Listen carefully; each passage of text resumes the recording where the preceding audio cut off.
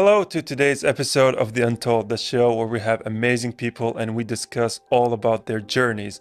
I'm your host, Abdullah AlHendyani. I'm joined by my colleague, Lujain AlAtheri. And today we have a very special guest, Miss Hussa AlHassawi, who is a transformational life coach, which I think is a really interesting specialty to have. It is, yeah, and I think, from going to her socials, she's all about helping people improve themselves, which is, I think it's a very courageous, career path to take, where you have a great knowledge and you're influencing people to the betterment of their life. And something I'm curious to talk to her about is the power of the subconscious mind and how it affects our daily lives, Great. which is something she talks about a lot. And I'm curious to see what she has to say about the matter. I am curious as well, and for that, we are going to go on a very quick break and we'll come right back after it with her.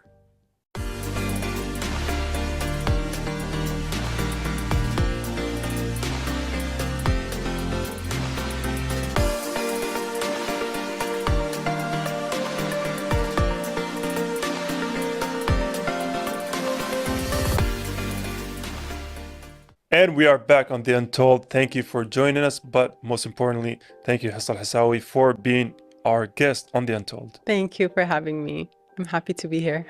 It's wonderful to have you. And you're a transformational life coach, is that correct? Yes. Could you explain more what that means exactly? A life coach is someone who can guide you through your mental state during the period or the journey that you're going through while wanting to achieve the things you want to achieve.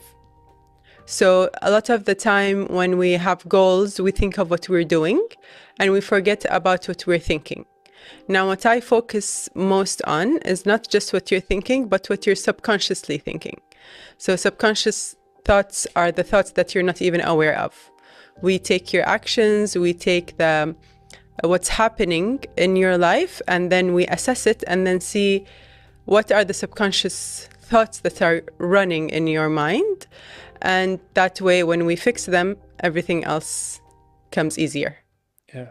And it's strange how many of our day-to-day life decisions are influenced by our subconscious mind. Absolutely. Yeah, because I was watching, I think it was a documentary or something produced by the BBC. And then the person who was conducting the documentary was a mentalist or something of that sort, and they were doing these experiments where they were having signs and signals, whatever, for the test subjects. So they encountered them on their day-to-day life, and at the end of the experiment they had the subjects choose numbers, choose words, or pick dates and everything, and the amount of correct answers they got, I'm talking about the physicians themselves, the mentalists, he got most of their answers correct. And then he was just talking about, implementing ideas and how the subconscious mind works. Absolutely.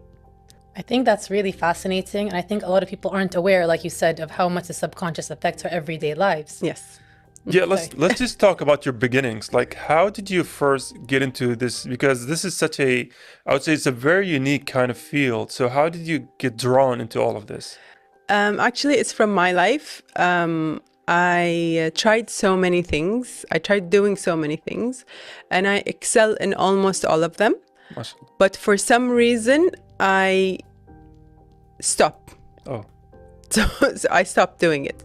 And then I have those huge dreams and those huge ideas. And it seems like they're so huge and I'm not getting to them, but I want to get to them. And this feeling is so strong and it's so big. So when I noticed how I start so many things and I excel at those things, but then I stop, I realized there must be something happening because I cannot explain it. It's not what I'm doing. It's not to the goal, because I'm achieving it. But why am I stopping? I had no explanation for that. In the beginning, the initiator was my kids, because I thought I can't just keep on trying and failing, like their life, it's their life. So I want to make sure that it came out of control. So I wanted to make sure that I provide my kids with the best life possible, because I want to achieve those materialistic goals. That I want to learn everything that's stopping me from achieving those materialistic goals. And this is where I started. It had to do with materialistic goals and my kids. so nothing to do with me. Oh.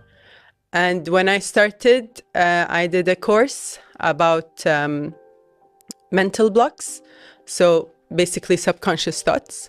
And the lady in the course said, actually, with all the respect, she's not the lady, she's my mentor, she's my coach. She's my coach, and I've trained with her, and I've got my certification from her. Her name is Mary Morrissey.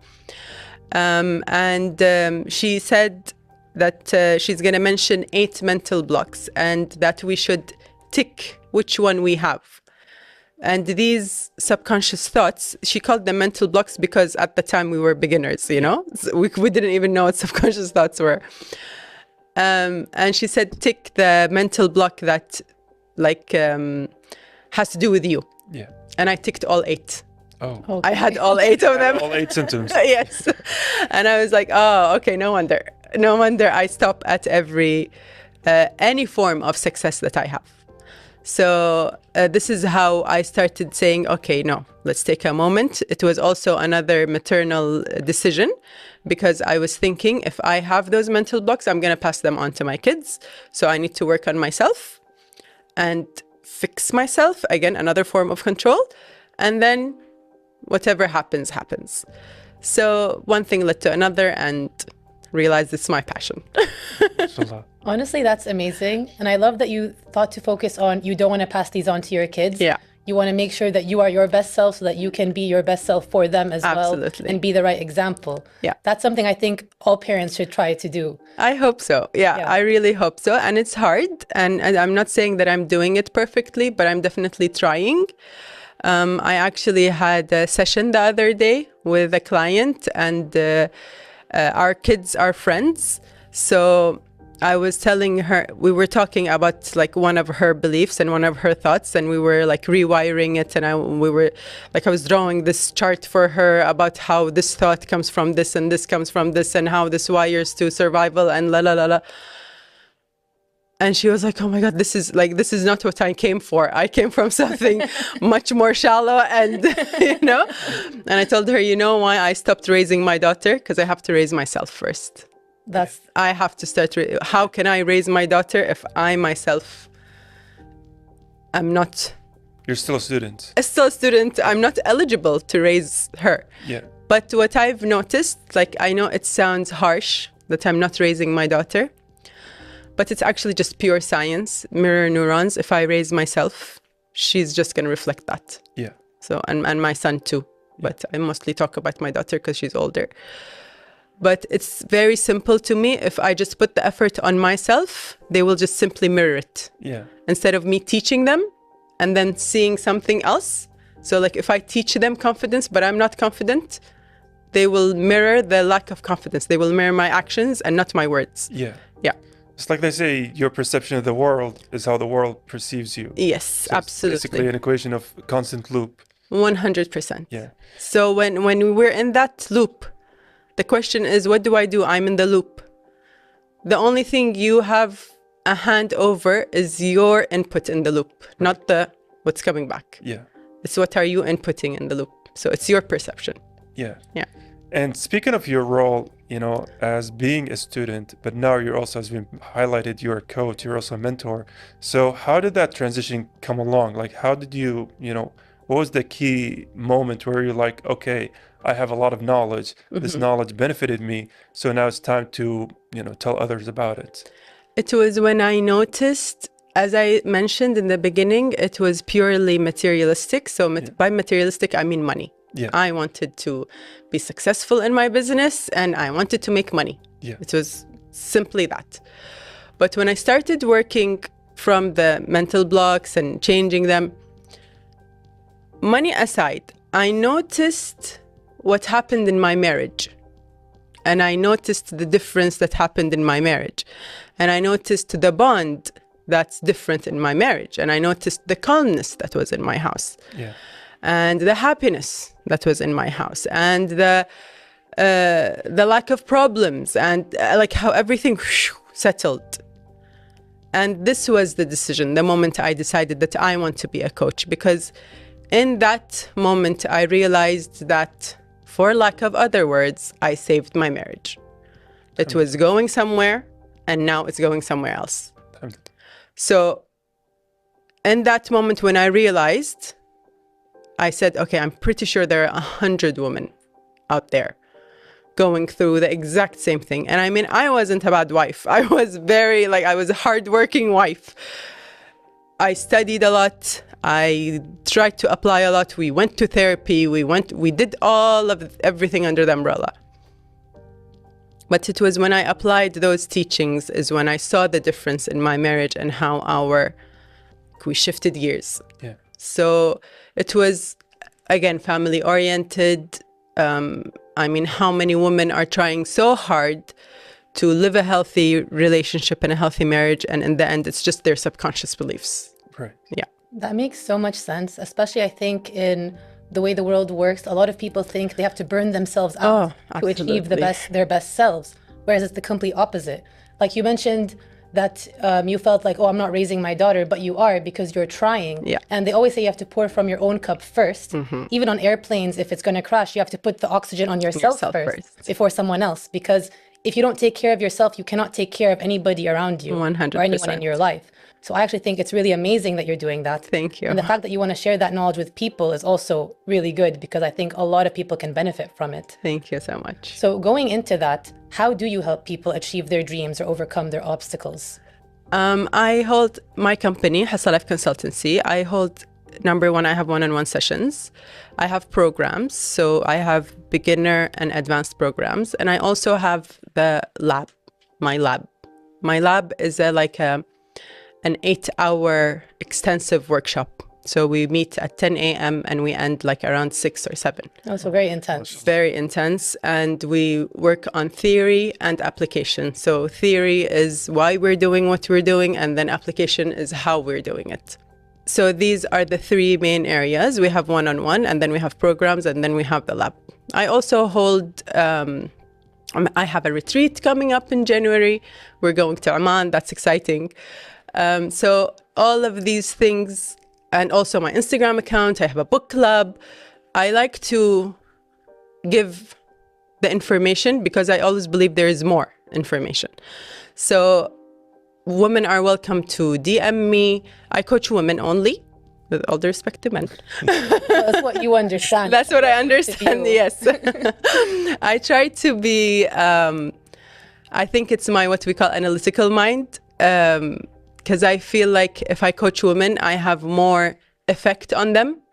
And then, just like my story, she will affect her husband and she will affect her kids. And then the butterfly effect will happen. Yeah. And then from working with so many women, what would you say is the biggest, change they made to improve their lives, right? If it comes to mentality or goal chasing, what did they actively change to the betterment of themselves? I think the one thing that I see most recurring with women is allowing themselves to put the mask on first. Oh. So I think this is the hardest, not the hardest, it's the most common obstacle I've seen in women. We have been trained. I mean, it's just a misconception. It's okay. It's no one's blame. It's global, actually. It's just, yeah. We've been trained to we have to give your kids, give your husband, give. And it's that it also touches on the maternal instinct. And so it feeds on each other. So actually just pausing that loop and then saying, okay, I have to give myself. And then you understand what you want to give yourself. And then you try giving yourself some things, and then you realize, oh, no, I don't want those things. I want something else. So just giving ourselves, women, grace. Giving ourselves grace to make mistakes and to experiment and to feed ourselves first. And then be okay with things are going to be handled. It's fine. Yeah, like you said, giving yourself grace and kind of trusting the process. Yes. Things will work out. Yeah. Even if the world will not fall apart if you don't do something in this exact moment, in this exact way. Yes. I have some control issues myself, so I understand. Absolutely. I have actually a very fun story also about women and marriage and how it affects men. I had a client, she did with me the 3-month program. So it's the extensive weekly meeting program. And she came in with the problem of, I want to get a divorce. Oh. Okay. She's like, it's final, I'm done. I am asking for a divorce. I told her, okay, you can ask for a divorce after 3 months. Okay? See what happens. Let's see what happens in those 3 months. After 3 months, go for it. Yani, I'm not gonna tell you to stay in whatever situation you're in. She said, okay. So her problem was there was no communication whatsoever with her husband. She says he comes into the house and he just walks into the room. No talking, nothing. Oh. No date nights, nothing. There are no problems. They're not fighting, but there's nothing. And she said one thing that really hurt her feelings was when she asked him, let's go out on a date. Let's do something. And he told her, I'm suffocating. Oh. I feel suffocated. And she's like, I don't even talk to him. We don't talk. What are you suffocated from? You know, they're not fighting. They're not even talking. Yeah.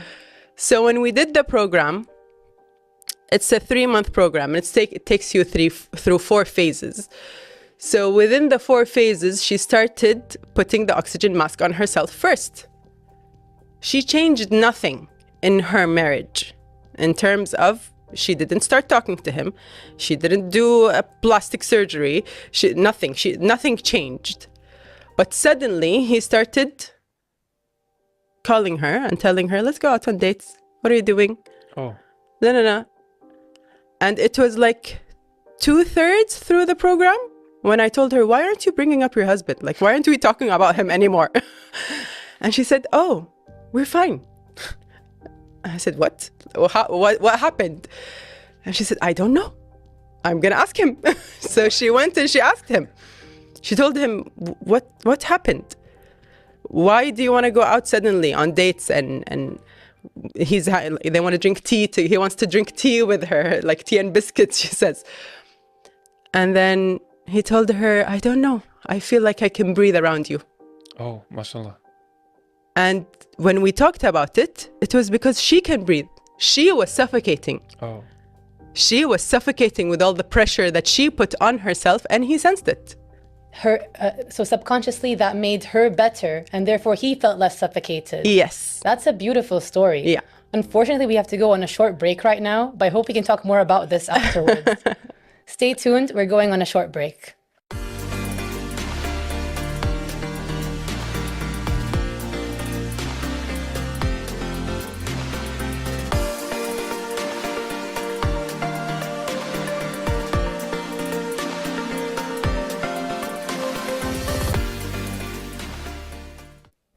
And we're back from that break. Hussa, you were just telling us a really amazing story about how just because your client focused on herself, that helped save her marriage. Does that help explain how the subconscious truly affects our actions? Absolutely. So what happens is in our mind, we have neurons, and these neurons are wired together. When those neurons wire together, they create an idea. And those ideas are the subconscious thoughts that we have. Those thoughts is what our mind labels as safety. So if we have a thought of, I must make everyone happy so that I can be safe, it's a thought. Now, the brain doesn't categorize it as good or bad, logical, not logical. Oh, you can't make everyone happy. No, it's a thought. It's a rule. So let's change the word thought to rule. We have rules in our mind, and we have to follow those rules, no matter what those rules are. So what we did with the client, we changed the rules.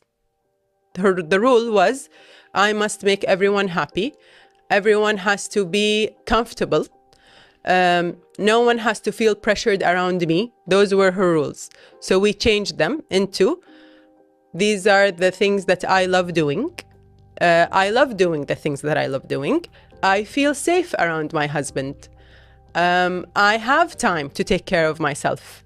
So we changed them, and then suddenly she feels safe around her husband, because the first rule was she doesn't feel safe around her husband. Yeah. The first rule was, the subconscious first rule was, everyone has to be comfortable around me. We changed it into, I love feeling comfortable. So we rewired her subconscious beliefs. So she started feeling comfortable. She was no longer tense, watching like a hawk if everyone is comfortable. Yeah. You know? So these subconscious beliefs that are in our thoughts, they are our thoughts. They trigger our feelings, and our feelings trigger our actions. And no matter how much we try to change the action, for example, let's say she decides one day, no one has to feel comfortable around me. I want to feel comfortable, but she didn't change the initial subconscious thought. She will remain in the same loop. Yeah. So her actions in the end, even if consciously she decided differently, she will act according to the subconscious thoughts. Because the subconscious thoughts run 95% of our thinking. Much? Yeah. Wow. And what happens is, in coaching, I teach my clients to notice the subconscious thoughts. And what's amazing is, when you notice them, it's like you've known them. You've known that this is how you think, but you haven't realized it. Yeah. So these are subconscious thoughts. You say things like, oh my God, I knew it. Like, I knew this is how I was thinking, but you're not conscious about it. Yeah. Because they're always in the back end. Just like us here in the studio, there's someone in the back end running the show. Without them running the show, we won't be able to do anything. So it's like saying, okay, let's us do an interview and sit here and open the mics, but no one is running the show in the back end. Nothing is going to happen. Yeah, Nothing. makes sense. So this is exactly what's happening with our subconscious thoughts. And so I'm glad you brought those terms, right? The conscious and the subconscious, because I don't believe we dove into them a little bit. So for the audience, and if you could make them into, simple, descriptions terms. and simple terms. Yeah. What is the subconscious? What is the conscious mind? And how do they differ, or even, mix and match? Okay. It's like a boat. Yeah. Okay. So let's say you're the captain on the boat. Okay. And then you have the wheels, right? I don't have boat lingo. So I'm just making things up. Okay. It's cool. None of us do. They have tires as well. I guess, I don't know. Yeah, I don't know. But let's say like the machine of the boat, Just say the machine. the machine of the boat, Yeah. right? You can go for, or like a car. We all know car lingo. Yeah. Okay. So we have the wheels, and then we have the gear, but we have to put drive to go forward, and then rear to go backward, and then we have to steer it, right? When you're driving the car, I'm driving the car. So I can say I want to go forward. But if my car, for some reason, is messed up, and when I put drive, it does reverse. Oh. That's bad. I'm gonna reverse, no matter what I do. True. Even if I'm in the car and I'm saying, no, I want to go forward. It's going to go backward. It's gonna go backward. Yeah. This is what happens with our subconscious thoughts. You're the one in charge, true. You're the one driving, true. But what's the mechanism of the car? Is it well maintained? Do you take it to service? Does it have gas? All of those things are within your subconscious mind. Yeah. So you want to learn how to dive into your subconscious mind, and this is what I teach. Dive into the subconscious mind, open up the thing of the car, and fix the machine of the car, so that when you want to drive forward, it drives forward. And then when you want to reverse, it reverses.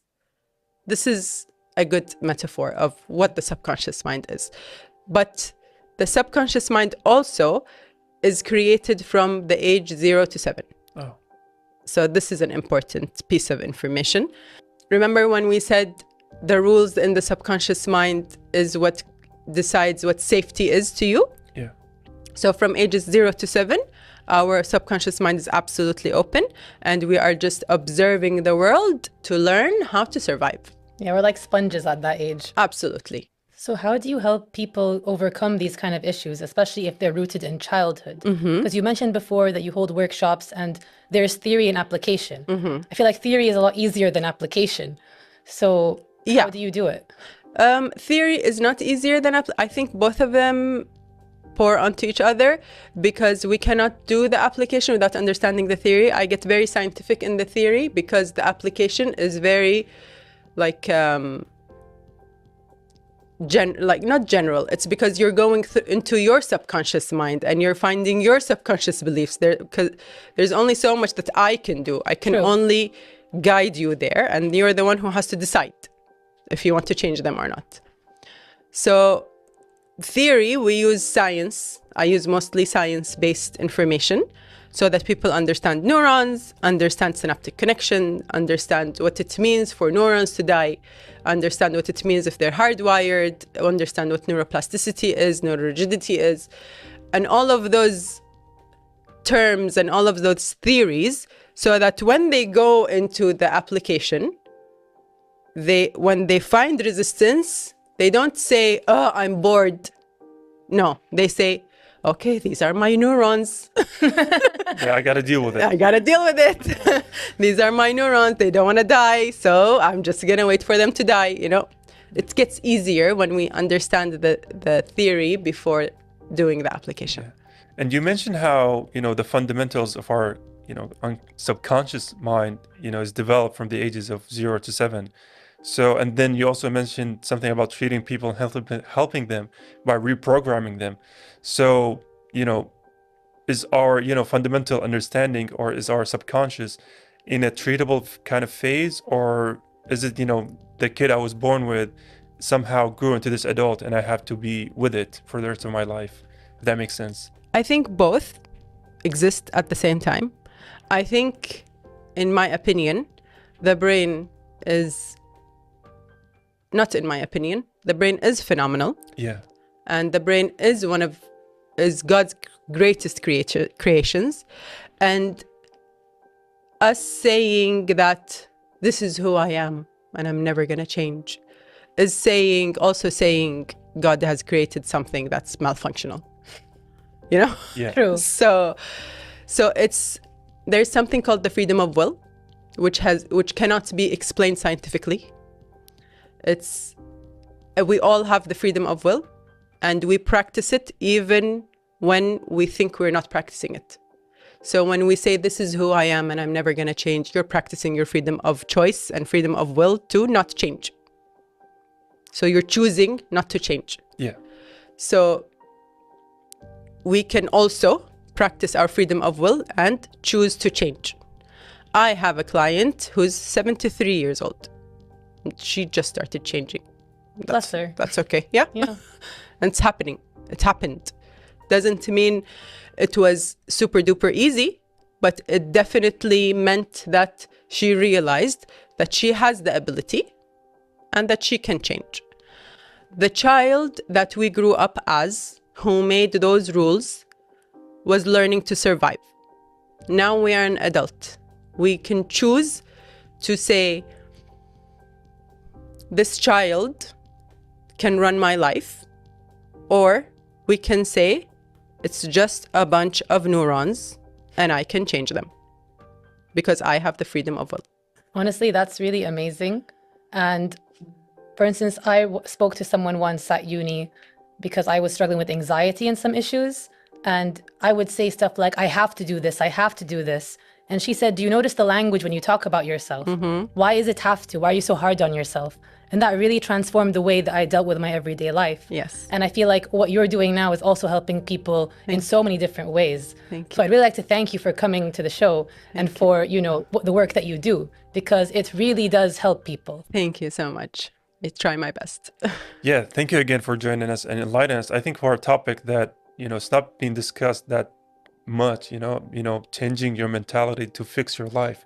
It's such a great topic. So I do want to thank you again and again. Thank you so much. Thank you for having me. And thank you for your lovely questions. It was an enjoyment having this talk. It really was. I feel like we all learned a lot, and I hope you guys learned a lot too. And see you after the break.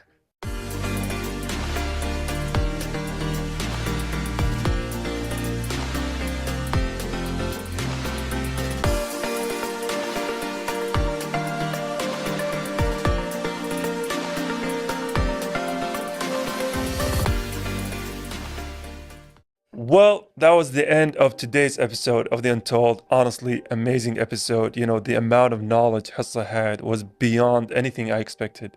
Same, because she came at it from a very scientific standpoint as well, which I thought was really interesting. I had no idea about how the neurons are part of the subconscious and that it makes 95% of our thoughts. That was something I had no idea. Yeah, honestly, like a lot of the things she talked about, it was so fascinating to see the science behind it, right? To know that your everyday, decision and, thought process has a mechanic behind it. That was really, thought-provoking. I agree. And I love what you had to say about how you have to focus and care for yourself first and how you feel will affect everyone around you. And I think more people should strive to do that. Yeah. And with that, that's the end message we are going to conclude The Untold on, is that, your reflection of your personality is your reflection on the world. With that in mind, that's it from us on The Untold. But until the next one, goodbye for now. Goodbye.